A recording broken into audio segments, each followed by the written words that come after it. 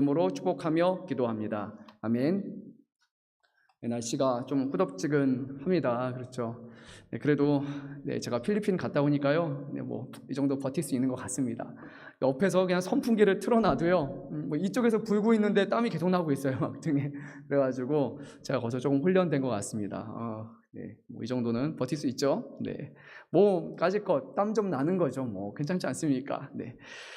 오늘 우리에게 주시는 하나님의 말씀입니다. 본문 오늘 오후 시간에 저희가 또 건축 관련한 좀 시간을 좀 더 할애해야 돼서 제가 말씀을 조금 자르도록 하겠습니다. 오늘 1절부터 6절까지의 말씀을 위주로 좀 나누도록 하겠습니다. 오늘 말씀은요, 교회 안에서 가르침을 행하는 사람들을 주 대상으로 삼습니다. 그러면서 조심할 것에 대해서 경고하고 있습니다. 가르치는 사람이 누굴까? 교회 안에서 가르치는 사람 하면 생각나는 분 누굽니까?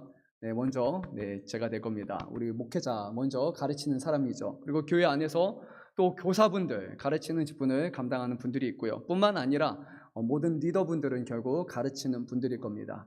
그리고 가정에서는 우리가 신앙의 선배로서 또 부모가 가르치는 사명을 감당해야 됩니다. 그렇게 빼고 보니까요, 결국 가르치지 않는 사람은 제가 보기에 거의 없는 것 같습니다. 결국 우리는 언젠가는 다 가르치는 사람이 되는 것이죠. 그래서 오늘 이 말씀은 결국 우리 모든 성도를 향해 주시는 그 말씀이라고 생각됩니다. 하나님은 오늘 이 야고보 사도를 통해서 우리에게 경고하셨습니다. 가르치는 사람은 말을 조심해야 된다. 왜냐하면 가르치는 사람들은 아무래도 말로 가르치다 보니까, 말을 전하다 보면 결국 우리가 뜻하지 않게, 의도하지 않게 말에 실수를 할 수 있기 때문에, 그래서 우리는 조심해야 한다라고 말합니다. 가르치는 것 자체는 너무나 선한 일이고 하나님이 기뻐하시는 일이지만, 하나님이 주시는 가르침이라는 것을 우리가 잘못 사용하게 되면 결국 우리의 말을 통해서 다른 사람들에게 영혼의 상처를 줄 수 있기 때문에, 그리고 가르치는 사람들은 아무래도 말을 많이 하다 보니까 실수에 더 노출이 되어 있기 때문에 더욱 주의해야 라고 말씀합니다.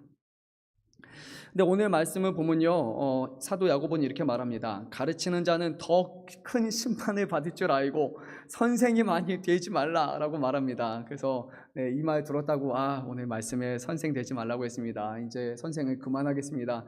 그렇게는 하지 않았으면 좋겠습니다. 리더 이제 그만하겠습니다. 저는 심판 안 받겠습니다. 그것이 아니라 그러지 말아주시고요. 더욱더 가르치는 것, 바르게 가르치는 그런 교사가 되면 좋지 않을까 생각해 봅니다. 교사들은 아무래도 다른 사람을 가르치는 사람이다 보니까 더욱더 엄격한 기준이 요구가 됩니다. 이 부분에 대해서 한 두 가지 정도 생각해 보면요. 먼저 가르치는 사람이 자기가 잘 알지 못하는 것에 대해서 가르치면은 큰 문제를 야기할 수 있습니다. 잘못된 지식을 교회 안에서 전달함으로써 교회의 혼란과 분열을 야기할 수 있죠. 초대교회 당시에도 이런 잘못된 가르침을 전하는 사람들이 있었습니다. 특별히 이 야고보서 본문을 보게 되면 그노시즘 또는 영지주의라고 불리는, 초대 영지주의라고 불리는 그런 사람들이 있었는데요. 이 사람들은 구원에 대해서 이렇게 생각했습니다. 아는 것이 구원이다. 그리고 자신을 비롯한 특정한 사람들이 정말 하나님의 어떤 계시, 그것을 우리가 안다. 그리고 너희가 구원을 받기 위해서는 우리를 통해서 이것을 전달받아야 된다라는 그런 거짓된 주장을 전했습니다. 그래서 교회 안에서 큰 혼란과 분열을 야기했습니다. 분명히 요한복음을 보게 되면 구원은 영생은 하나님을 아는 것이라고 얘기했지만, 이 아는 것이 다른 알, 어떤 지식적인 알, 특별한 경험적인 알, 소수에게 주어진 알이라는 그런 잘못된 복음을 전하기 시작했고, 그것이 교회 안에서 결국 큰 문제가 발생했던 것이죠. 그러니까 오늘날로 보면요, 우리가 가르친다라고 할 때 성경에 기록되지 않은 내용을 우리가 함부로 아는 것처럼 가르치거나, 정확하지 알지 못한 내용에 대해서 뭔가 좀 애둘러서 그냥 좋은 게 좋은 거고 그런 게 그런 거고 라고 말하는 이런 것들조차도 우리는 조심해야 된다는 겁니다. 정말 구원이 무엇인가, 그리고 구원받은 사람은 어떻게 살아가야 되는 것인가, 기도가 무엇인가, 신앙이 무엇인가라는 우리가 교회 안에서 당연하게 배우고 당연하게 알아야 되는 그 내용들에 대해서 정확하게 알지 못하고 정확하게 말할 수 없으면서 모호하게 말하며 이것도 저런 거고 저것도 저런 거고 좋은 게 좋은 거고 아니고 이렇게 말하는 행동 자체가 이 교회 안에 혼란과 분열을 야기실 수 있고요. 결국 신앙생활을 오래 했는데도 불구하고 정작 아무것도 알지 못한 채 뭐라고 꼭 집어 말하지 못하는 그런 이상한 이렇게 혼합된 그런 좀 정리되지 않은 신앙을 갖고 살아갈 수 있다는 겁니다. 또한 개인의 경험을 바탕으로 해서 하나님의 이 성경의 가르침을 우리가 뭔가 전하려고 하는 것도 조심해야 됩니다. 하나님의 말씀이 우선이 되고 그 다음에 그것을 가르치기 위해서 잘 전하기 위해서 우리의 개인의 경험을 사용하는 것이지, 우리의 경험이 하나님의 말씀을 넘어선다면 그것은 거꾸로 해석하고 전하는 것이죠. 검증되지 않은 계시, 검증되지 않은 예언, 이런 것들을 우리가 함부로 말하는 것도 조심해야 됩니다. 하나님이 이런 감동을 주셨는데 라고 말할 때 정말 분별해야 됩니다. 정말 이것이 하나님이 말씀하시는 것인가, 아니면 내 경험인가, 아니면 내가 느끼는 어떤 감정에서 비롯된 것인가, 이것이 진리를 정확하게 분별할 수 있어야 되고, 함부로 말하는 것은 우리가 조심해야 된다는 것입니다. 남을 가르치는 사람은 큰 책임을 맡았기 때문입니다. 진리를 바르게 전하기 위해서 힘써야 하며, 또한 혹시라도 우리가 편협한 사고, 이 하나의 사고만 가지고 우리가 여기에만 지금 서서 모든 것을 바라보고 자기 중심적으로 모든 것을 생각하고 전하고 있지는 않은지 우리가 또 생각해야 됩니다. 정말 위험한 겁니다. 이렇게만 보는 사람은 정말 위험한 겁니다. 나만 맞고 나만 진리고 나를 벗어나면 다 잘못됐다라고 말하는, 신앙의 경험에서도 내가 보고 내가 경험한 것, 내가 느끼는 것만이 정확하게 검증된 진리라고 말하는 것은 아주 위험한 그런 이단을 넘어서는 것이 될 수 있다는 겁니다. 나만이 아닙니다. 하나님의 말씀이 우선이 되어야 되고, 하나님의 말씀에 근거할 때만 내 경험과 내 모든 지식과 내 암과 내 사고가 하나님 말씀 안에서만 그것이 드러날 수 있는 겁니다. 둘째로요, 우리가 누군가의 가르침에 있어서 교사들이, 그리고 저를 포함해서 내가 가르치는 것과 내가 살아가는 것이 언행일치가 되지 않는다면 이것 또한 아주 위험한 일입니다. 그 가르침에는 어떠한 권위도 없게 될 겁니다. 오히려 사람들에게 혼란을 가중시킬 수 있습니다. 본인도 지키지 않고, 본인도 그렇게 몸으로 행하지 않고, 본인도 살아내지 않는 것을 이것이 맞다고, 이렇게 해야 된다고 전한다면 듣는 사람 입장에서는 이런 생각이 들 겁니다. 아니, 당신이나 잘하세요. 차마 말은 못하겠지만 당신이나 똑바로 사세요. 이렇게 아마 마음이 들지 않겠습니까? 정말 가르치는 사람은요, 내가 그렇게 살려고 부단히 노력해야 되고, 그렇게 하지 못하면서 함부로 말하는 것도 조심해야 됩니다. 우리가 듣는 사람으로 하여금 믿음과 또 행함을 비롯한 여러 가지 기독교의 신앙의 그런 진리들을 왜곡시킬 수 있기 때문에 우리는 정말로 가르칠 준비가 됐는가, 그것이 내가 살아내고 있는가, 이것을 잘 분별해서 우리는 가르침을 전해야 합니다. 가르치는 사람은요, 너무 귀합니다. 다른 사람으로 하여금 그리스도를 알게 하는 아주 귀하게 쓰임받을 수 있지만, 정말 동시에 그 가르치는 사람의 일거수일투족이 교회 안에서와 밖에서 많은 사람들에게 다 노출되어 있기 때문에 조금만 잘못하면은 많은 사람들에게 해악을 끼칠 수 있다는 것을 인정하고 다른 사람보다 더 주의하며 살아야 합니다. 제가 청년분들에게 몇 번 얘기했지만 우리 신학대학원 제가 1학년에 들어갔을 때요, 이제 책을 하나 읽었습니다. 찰스 스펄전 목사님의 목회사 후보생들에게라는 그런 책이 이제 결국 수업을 위해서 읽어야 됐습니다. 과제가 너무 심플했는데요, 그냥 매주 읽고 요약해서 내는 겁니다. 그런데 이 내용 자체는 그렇게 쉬운 내용이 아니었습니다. 아니, 저한테는요 유독 좀 어려운 내용이었어요. 그 책을 읽는데 이런 내용입니다. 당신이 앞으로 목회자로서 사역을 하려면 이런 자질을 갖춰야 됩니다. 이런 것들을 감당할 수 있어야 됩니다 했는데요, 저는 도저히 이게 넘어가지가 않는 겁니다. 뭐 이런 것도 있어요. 성량이 좋아야 된다. 저는 성량이 그렇게 좋은지 모르겠고, 사람들에게 말하는 거, 행동, 제스처, 삶, 다양한 부분에서 목회자를 하나하나 기준으로 평가하는데, 제가 이거 보면서 이런 생각만 제가 했습니다. 그 학기 내내 나는 이 길이 아닌가 보다. 그게 제가 매번 반복해서 느끼는 바였습니다. 정말 한숨 쉬고 눈물 흘리면서 이번 학기가 마지막 학기겠군요. 제가 그런 생각을 가지고 솔직하게 읽었습니다. 진짜 하나님의 은혜가 있었는데 마지막 챕터였습니다. 이런 말이 적혀 있었습니다. 만약 당신이 이러한 자격에 부합하지 않는다고 할지라도 하나님께서 복음에 대한 열정과 영혼을 사랑하는 마음을 주셨다라면 포기하지 말고 겸손한 자세로 하나님께서 은혜를 주시기를 사모하십시오 라고 말이 있는 겁니다. 아마 그 마지막 챕터와 그 권고가 없었더라면 저는 이 자리에 서지 않았을 겁니다. 아마 평신도로서 살아갔을 겁니다. 뿐만이 아니죠. 열린교회 김남준 목사님은 아주 유명한 책이 있죠. 자네 정말로 그 길을 가려는가. 네, 이 책을 정말 심도 있게 보고 고민하면서 본 분들 중에 아마 상당수는 목회를 가지 않았다라고 그렇게 알고 있습니다. 아주 혹독한 말씀이 그 안에 담겨 있죠. 그리고 신대원 교수님 중에 아주 유명한 분이시죠. 박윤선 교수님께서는 과거 시절요, 졸업을 앞둔 신대원 3학년 학생들을 향해서 이렇게 말했습니다. 지금이라도 이 길이 아니라면 그만둬라. 아니 1학년 때 얘기한 게 아니라 3학년 졸업, 기껏해서 3학년 다 끝마쳤는데 지금이라도 아니라면 그만둬라 라고 말했습니다. 왜 그럴까요? 이 길이 결코 쉬운 길이 아니기 때문입니다. 정말 한 사람의 목회자가 바로 서지 않으면 잘못된 복음을 전하고 잘못된 삶을 통해서 수많은 영혼들을 병들게 할 수 있기 때문에 이 부분을 그렇게 강조한 겁니다. 할 수 있거든 안 하는 게 낫다라는 야고보 사도의 말이 정말 목회자에게 부합한 것 같습니다. 물론 제가 어떤 목회자에 대해서 함부로 말할 수 없습니다. 왜냐하면 저도 날마다 누군가에게 평가받는 사람이고 날마다 조심해야지 하지만 그럼에도 불구하고 수많은 실수와 잘못들을 계속해서 반복하는 그런 사람이기 때문이죠. 하지만 알아는 주십시오. 나름 노력은 하고 있습니다.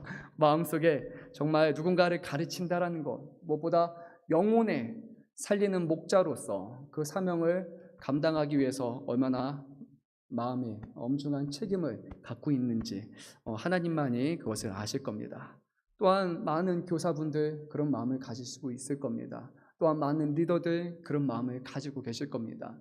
맡겨준 영혼이 있을 때 정말 그 영혼이 하나님 앞에서 온전히 쓰임받기를, 정말 하나님 앞에서 믿음으로 성장하기 위해서 얼마나 많은 마음 아픔과 얼마나 많은 눈물과 기도와 그리고 헌신을 통해서 그 아이들과 우리의 새 가족들을 정말 믿음 안에 훈련시키고 키워나가고 있습니까?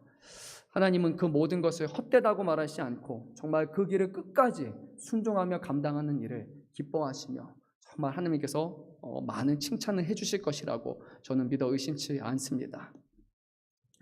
그런데요, 교회 안에 이제 또 조심해야 될 사람이 있습니다. 어떤 사람은 교사가 아니라 할지라도요, 자꾸 남 가르치기 좋아하는 사람이 있습니다. 그런 성향이 있는 사람이 있어요. 뭐만 하면 다 가르치려고 해요. 네, 조심해야 됩니다. 정말 내가 가르칠 자격이 됐는지, 내가 그렇게 준비가 됐는지 내 자신을 돌아보고 가르칠 수 있으면 좋을 것 같습니다. 오늘 2절 상반절 말씀을 보면요, 사도 야고보는 이렇게 말합니다. 우리가 다 실수가 많으니. 위로가 되는 말씀이잖아요. 실수 없는 사람 혹시 있습니까? 나는 한 번도 실수한 적이 없다. 아주 거짓말쟁이죠, 그렇죠? 우리 누구는 모두 다 실수하고 날마다 실수합니다. 여기서 말할 때 사도 야고보는 너희는 실수가 많으니라고 그렇게 말하지 않았어요. 누구라고 말했죠? 우리는, 나뿐만이 아니라 우리 모두 가르치는 사람들, 그리고 사도, 교회 안에 있는 중직 리더, 그 대단한 사람들조차도, 그 당시에 1세기의 믿음의 거장이었던 사람들조차도 우리는 다 실수가 많다라고 그렇게 말합니다. 사도 야고보는 예루살렘 교회의 지도자였고 의로운 사람이라고 불렸던 그 사도 야고보조차도 나는 말에 실수가 많다. 그러니까 내가 그러할진데 우리 모두 다 조심해야 되지 않겠느냐라고 그렇게 말합니다. 이 말은 또 한 가지를 의미합니다. 저와 여러분, 우리 모두가 다 실수가 많은 사람입니다. 그러니까요, 서로를 대할 때 좀 넓은 아량을 가지고 대해야 됩니다. 실수하잖아요. 내가 실수했을 때 다른 사람들이 이해해 주기를 바라잖아요. 때로는 좀 눈 감아 주기를 바라잖아요. 그렇다면요, 다른 사람도 동일한 것을 지금 원하고 있는 겁니다. 나에 대해서는 한없이 관대하고 그리고 모든 것을 넓은 아량으로 베풀어 주기 바라면서 다른 사람의 아주 작은 잘못, 말 하나조차도 꼬투리 삼아서 그것을 비판한다면 그것은 예수님이 말씀하신 바와 같지 않습니까? 형제의 눈에 있는 티끌, 그리고 내 눈에 있는 대들보라고 말씀하시지 않았습니까? 다른 사람에 있는 잘못을 판단하고 지적하기 전에 먼저 내 눈에 있는 더 큰 대들보, 기둥을 뽑으라라고 예수님은 말씀하신 겁니다. 함부로 비판해서는 안 되고 우리가 남을 비판하는 것으로 비판받을 것이라고 예수님이 말씀하셨기 때문에 우리는 또한 넓은 아량을 가지고 서로를 실수를 이해하고 용납해 줄 그런 필요는 있습니다. 하지만 그거 알고 또 일부러 실수하고 실수했다라고 말하는 것도 그거는 악한 것이고 그것은 하나님이 아세요. 우리가 그것은 판단하고 심판할 수 있는 문제는 아닌 것 같습니다. 하나님이 모르시는 것이 하나도 없다. 하나님이 모든 것을 다 알고 판단하신다라는 것, 그것 하나님 앞에 맡겨놓으면 좋을 것 같습니다. 이제 야고보 사도는요, 3절에서 6절에 걸쳐서 이 말에 대한 몇 가지 이제 비유를 들어서 이야기를 전개합니다. 그리고 이 말이라는 것에 대해서 한마디로 말하면 크기는 아주 작지만, 말은 아주 작은 것이지만 엄청난 파급력을 끼친다라는 것, 그 사실을 강조하기 위해서 세 가지 예시를 오늘 들어서 사용합니다. 이 세 가지는 각각 이러한데요. 하나는 입이요. 그리고 하나는 배를 우리가 몰 때 배에 있는 그 키, 그리고 또 하나는 작은 불이라는 이 세 가지를 들어서 말합니다. 이 세 가지는 언뜻 보면 전혀 연관성이 없는 것 같아요. 입과 배의 키와 그리고 작은 불, 뭔가 매칭이 잘 안 되잖아요. 그런데 1세기 당시에는 이 세 가지가 언급되면 모두 다 하고 이해할 수 있는 그런 내용입니다. 그래서 1세기 당시에 필론을 비롯해서 당대 많은 사상가들의 글을 보게 되면요, 이 세 가지가 하나의 세트처럼 꼭 이렇게 같이 갑니다. 그러니까 오늘 말씀에서는요, 얘기만 하면 모두가 라고 공감할 수 있고 알아들 수 있는 내용의 그 적절한 예시를 우리에게 전하면서 우리를 이제 쉬운 말로 지금 가르치고 있는 것이죠. 3절에서는 입, 4절에서는 키, 5절에서는 작은 불에 대해서 말하는데요. 그 내용을 좀 살펴보면 이렇게 됩니다. 세 가지는 결국 아주 작은 것이 전체를 제어한다라고 말합니다. 말의 입을 줄로 묶어서 잡으면 말이 어느 방향으로 갈지 그 방향을 바꿀 수 있고 그 말을 멈추게 할 수 있는 그 힘이 이 입을 제어하는 것에 있다.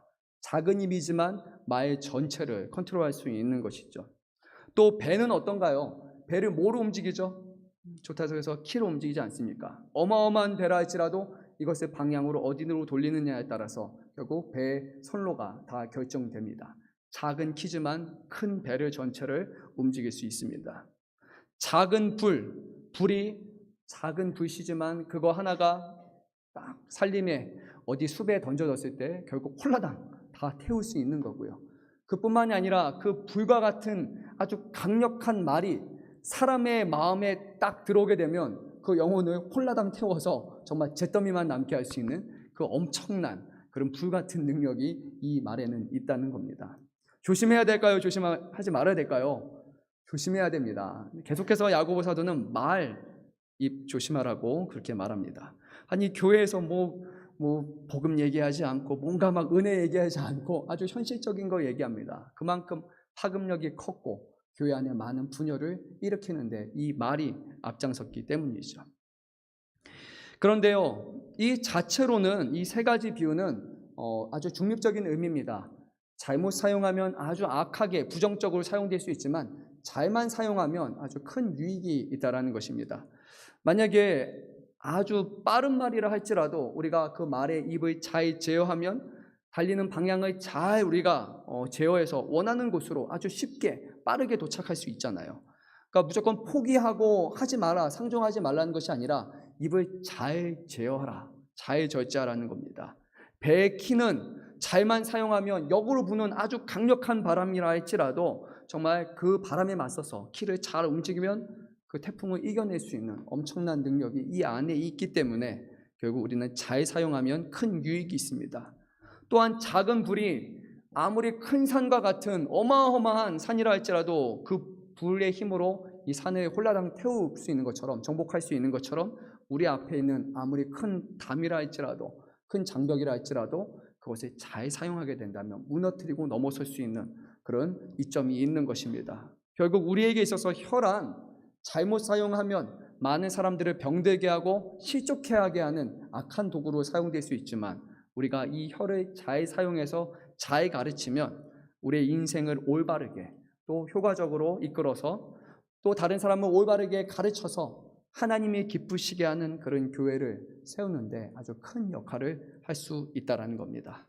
교회 안에서 가르치는 사람들, 저와 또 이 자리에 있는 대부분의 분들요, 이런 일을 위해서 세움을 받은 겁니다. 우리가 하는 한마디 한마디 말이 과연 지금 어떤 영향력을 끼치고 있는지, 또 우리가 던지는 말들이 어떻게 내뱉어져서 다른 사람들에게 전달되고 있는지 한번 곰곰이 생각해 보면 좋을 것 같습니다.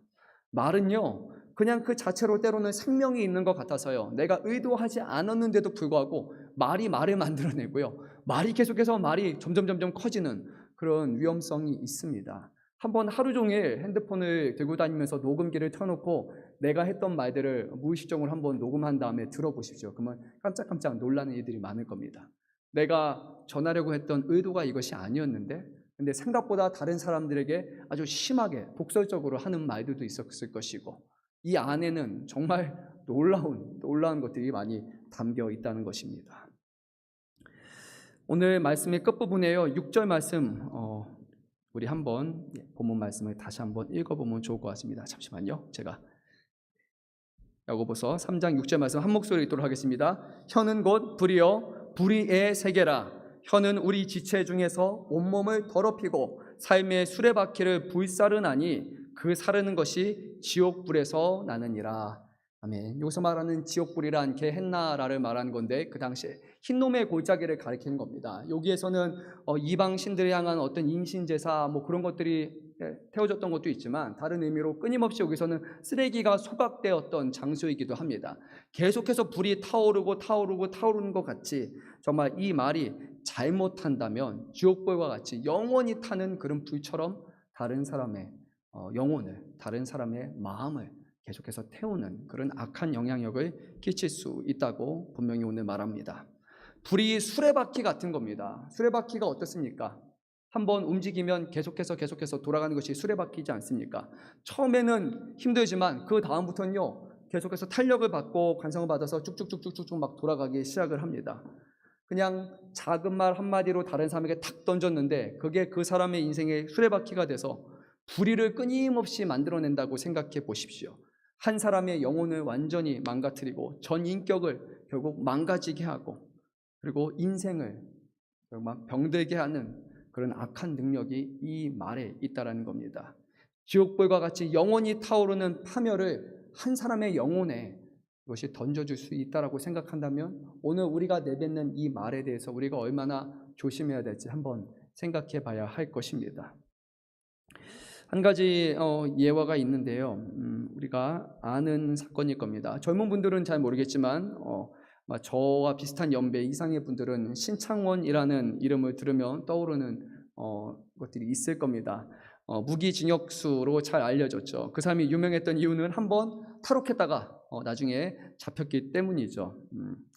그 신창원에 대해서 좀 얘기를 드리면요, 아주 어릴 적에 신창원은 지극히 가난한 가정에서 태어났다고 합니다. 그리고 아주 이른 나이에 가난한 가정에서 어머니까지 잃었고, 그리고 아버지의 지독한 학대를 받고 그는 살았습니다. 그리고 나서 새 어머니를 이제 들어오게 됐는데 한 번도 그 새 어머니로부터 정상적인 사랑을 받지 못했습니다. 결국 어릴 적부터 사랑을 받지 못하다 보니까 집 바깥을 겉돌기 시작했고요. 어느 날 그가 이제 남의 밭에 가서 우리가 말하는 거 있잖아요, 서리 이런 거 그냥 해 먹다가, 또 이제 가게 가서 뭐 하나 훔쳐 먹다가 결국 걸려가지고 소년원에 들어가게 됩니다. 아주 큰 범죄라고 말할 수는 없습니다. 그냥 배고프니까 먹기 위해서 훔쳤는데 결국 소년원에 가게 됐고, 소년원에서 더 큰 범죄에 노출되어서 더 많은 것을 접하게 됩니다. 이제 소년원에서 나중에 나와서 서울로 상경을 했는데, 그 당시 고향 선후배 이제 4명과 함께 슈퍼마켓과 금은방 등에서 강도 행각을 그가 벌이게 됩니다. 그러다가 어떻게 문구점을 운영하는 그런 사람을 그가 살해하는데 공범으로 체포됩니다. 그리고 그 과정에서 총상을 입었지만 간신히 그가 도주를 했죠. 하지만 반년 뒤에 결국 신창원이 사로잡히게 돼서 그때 한 사람을 죽이는데 공범이었기 때문에 아주 강한 형을 받았는데요, 강도 살인 치사죄였는데 그 당시에는 이것이 무기징역에 해당을 했습니다. 무기징역, 20대 젊은 나이에 다른 사람을 죽이는 데 있어서 공범이었다라는 이유로 무기징역을 받습니다. 결국 그것을 버티지 못해서 탈옥의 기회를 삼다가 탈옥을 했고, 그리고 나서 2년 6개월 만에 다시 사로잡혀서 계속 무기징역을 살고 있습니다. 이후에 이제 신창원에 대해서 사람들이 막 관심을 갖기 시작을 하고, 그리고 나서 어떤 사람이 그의 책을 쓰기 위해서 물어봤습니다. 왜 범죄자가 되었습니까? 왜 당신은 그런 잘못된 길을 택했습니까? 근데 신창원이 이렇게 얘기를 했습니다. 약간 비속어가 섞여 있는데요. 초등학교 5학년 때 선생님이 이렇게 말했다고 합니다. 새끼야, 돈 안 가져왔는데 뭐하러 학교에 와? 빨리 꺼져. 라는 그 말을 들었다고 합니다. 어떻게 보면 새끼야 이렇게 얘기할 수 있는 그 정도였지만, 어머니를 일찍 잃었고, 그리고 아버지는 학대를 받았고, 새어머니의 사랑을 받지 못했고, 모든 것이 어려운 그 아이에게는 돈 가져오지 않았는데 왜 학교를 왔냐라는 이 말 자체가 엄청난 상처가 됐습니다. 그래서 훗날 이렇게 말합니다. 이 막말을 듣고 자신의 마음속에 악마가 생겼습니다 라고 신창원은 자신의 삶을 회고합니다. 별말이 아니라고 말할 수 있습니다. 이 선생님은 그 당시에는 다 그렇게 말했죠. 새끼야가 욕입니까? 그 정도 말하는 게 뭐가 대단한 것입니까? 하지만 그것으로 인해서 한 사람의 인생은 완전히 망가지게 됩니다. 신창원은 그의 책에서 이런 말을 남겼습니다. 지금 나를 잡으려고 막 군대까지 동원하고 엄청난 돈을 쓰고 있습니다. 그런데 나 같은 놈이 태어나지 않게 하는 훨씬 더 쉬운 방법이 있습니다. 내가 초등학교 때 선생님이 너 착한 놈이다 하고 머리 한 번만 쓸어줬으면 자기가 지금까지 이렇게 되지 않았을 것이라고 말합니다. 별것이 아닌 것 같았지만 그 한마디가 한 사람을 완전히 망칠 수 있었고, 그리고 그 한마디가 사람의 인생을 완전히 살릴 수도 있는 겁니다. 잘못하고 좀 어렵지만 그때다가 왜 이렇게 했냐라고 지적하고 손가락질하면서 욕설을 퍼붓는 그런 행동이 아니라 잘했습니다. 수고하셨습니다. 그 정도 했으면 충분히 잘한 겁니다. 네, 괜찮습니다. 라고 격려의 말, 사랑의 말 그 한마디만을 전했더라면 그 사람의 마음이, 인생이 전혀 달랐을 것이라는 겁니다. 사랑하는 성도 여러분, 우리가 하는 말을 한번 돌아봅시다. 가정에서요. 그리고 우리의 직장과 밖에서 하는 사람들과의 오가는 대화 속에서, 교회 안에 성도와 하는 대화 속에서 정말 우리는 하나님 보시기에 바른 말들을 하고 있습니까? 다른 사람들의 영혼을 살리는 말을 하고 있습니까? 아니면 그 영혼에 악마가 들어가게끔 하는 그런 악한 말을 하고 있습니까? 별말이 아닌 것이 아닙니다. 한마디가 한 사람의 인생을 송두리째 망가뜨릴 수가 있는 것입니다. 이 말을 하니까 저도 조심스럽습니다. 혹시 저한테 상처받은 분이 있다면 죄송합니다. 저한테 찾아오십시오. 제가 더 용서를 구하겠습니다. 누구나 실수를 할 수 있습니다. 하지만 실수가 습관이 돼서는 안 됩니다. 실수가 권리가 돼서도 안 됩니다. 실수는 실수로 끝나야 됩니다. 잘못된 것은 바꿔야 됩니다. 그리고 우리는 하나님을 믿는 사람으로 사람을 살리는 말을 해야 됩니다. 그렇지 않습니까? 사람 살리는 말 해야 되지 않겠습니까? 우리 한번 옆 사람 한번 격려하면서 좀 오늘 얘기해 볼까요? 잘하고 있습니다. 한번 얘기해 볼까요? 잘하고 있습니다. 잘하고 있습니다. 네, 잘하고 있습니다. 네, 서로를 바라보면서 왜 그래? 이렇게 하지 마시고, 이렇게 하지 마시고, 그 정도 하면 잘했다고, 고맙다고, 감사하다고, 사랑한다고, 수고한다고 서로에게 용기를 북돋아주는 말을 하십시오. 내 눈에 안 찰 수도 있습니다. 부족해 보일 수도 있습니다. 답답해 보일 수도 있어요. 속이 아주 타버릴 만큼 그렇게 답답할 수도 있습니다. 그런데요, 거기에 대놓고 내가 한마디 한다고 해서 상황이 바뀔까요? 거기다가 부정적인 말, 비판하는 말 한마디 더 한다고 그 인생이 갑자기 드라마틱하게 변해서 네, 알겠습니다. 제가 이제는 삶을 바꾸겠습니다. 라고 말할까요? 그렇지 않아요. 그렇지 않습니다. 오히려 거기다가 여러분 부채질하고요, 기름 붓는 것입니다. 그것이 아니에요. 기다려주는 겁니다. 사랑으로 품어주는 겁니다. 인내하는 것입니다. 인내함을 통해 우리가 하나님의 마음을 더욱더 깨닫게 되는 것입니다. 사랑하는 성도 여러분, 교회 안에요, 서로 더욱더 사랑합시다. 서로 더욱더 격려합시다. 좋은 말 많이 합시다. 서로를 위로합시다. 하나님께서 정말 이 교회를 복되게 하셔서 이 교회 안에 왜 이렇게 우리 교회는 좋은 말만 합니까? 안 다니는 분이 오셔서 말만 하면 다 잘했다 그래요. 말만 하면 다 좋다고 그래요. 늘 사랑한다고 말해요. 와, 그런 교회면 오고 싶지 않겠습니까? 그곳에서 하나님의 사랑을 느낄 수 있지 않겠습니까? 작은 시작입니다. 하나님께서 내가 너를 사랑한다고 말씀하셨지, 내가 너를 미워한다, 증오한다라고 말씀하셨으니까 오늘 여기서부터 시작합니다. 이 자리에서부터 시작합시다. 서로를 사랑하고 아끼고 섬기고 서로를 품어주는 교회 공동체 되기를 간절히 소망합니다. 이 시간 우리 함께 찬송하고